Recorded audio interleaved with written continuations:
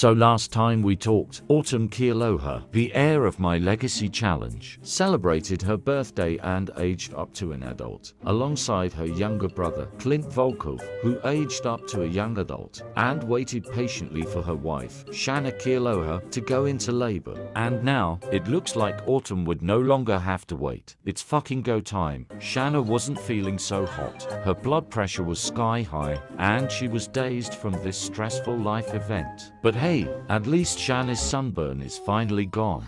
Shanna, where the hell did your baby bump go? Don't tell me this is River 2.0. I'm just kidding, it's not. This baby actually lives. Despite all of you on Twitter not believing me, Autumn tried to stay cool and collected once she realized that she was about to become a mother. But that didn't last very long, she was freaking out. But the little lesbians calmed themselves down with each other's love and affection. This is what they'd been waiting for. Their new lives as mothers was right around the corner. They could do this, as long as they have each other. But was Shanna feeling like shit? She called up her midwife to come over and get started with getting this baby out of her. Now emo boy is squeamish. You're not even the one giving birth. Shanna girl, where is your bump? Did you flatten the baby? The obstetrician Wiki Velasco soon arrived, checking on the baby's heartbeat and explained the whole birthing process to Shanna. Not Autumn and Clint forming a difficult family dynamic. The adopted sibling treatment is insane. Shanna and Wiki went upstairs to a more secluded area of the house so she could have her dilation checked. She obviously had a long way to go and she was not looking forward to it. Oh,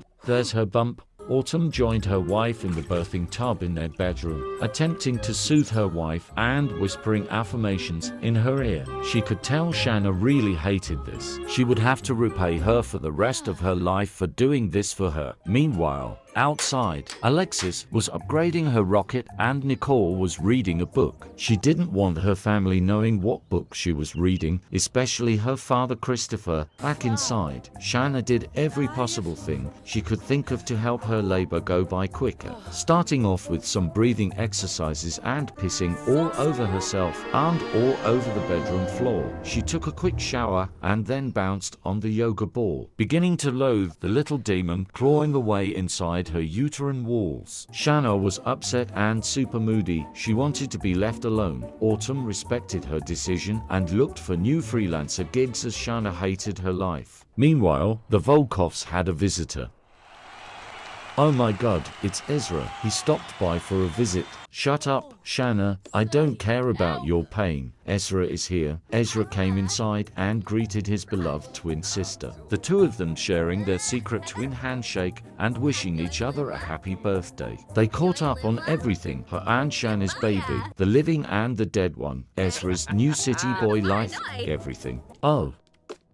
Very rude to leave mid-conversation, Ezra. Autumn knew he was rampaging, so she met him upstairs and they continued talking as if nothing was going on. Have we finally gotten adjusted to living amongst werewolves, Autumn? Ezra was so happy to see his twin. He missed her so much and told her that it wasn't easy adjusting to life without her. It was even harder not sharing a birthday with her for the first time. But they were both healthy and happy, and that was all that mattered in the end. Chris came upstairs to greet his son as well. He had missed his oldest child so much. And soon after came Alexis, helping Ezra calm down and pacified him out of his rampage. Is it just me, or is adult Ezra significantly hotter? I guess he's just aging like fine wine. Another thing Alexis loved about growing old is that she could now give her children cookie old lady life lessons. She lectured Ezra about family, about money, about love, and werewolfism. She could tell he was growing a bit bored of hearing his old mom go on,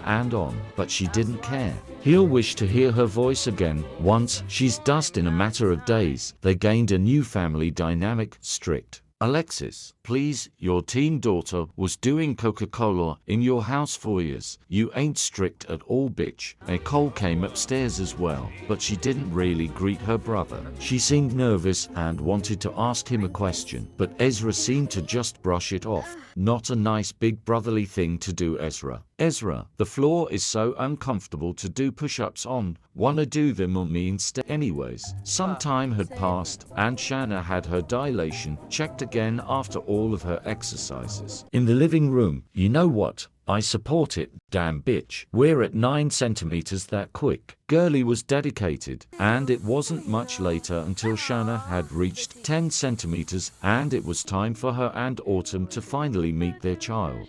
Shanna decided she was going to birth her child on the bed instead of in the tub. She needed to be super comfortable for this. She was in so much pain and just wanting to be done with this. She definitely was never doing this again. Though Autumn was a bit saddened to hear that this may be their first and only child. Well, living child, she fully understood her wife's decision. Pregnancy was rough, and postpartum would be just as bad. She wished she could take all of Shanna's pain away. She just needed to help get her through these last few moments, and it would all be over. So she hyped up her wife, helped her position herself, gave her lots of love, affection, and affirmations, wiped every tear, put her hands on their baby's head, and helped her wife deliver their baby. And just like that, Autumn's and Shanna's son, Sage Kealoha, was finally here. Shanna did it. She had given birth, and Autumn helped deliver their child into the world. It was beautiful. Just like their son, they were both instantly in love, and they were both thrilled to have finally earned the title of mother.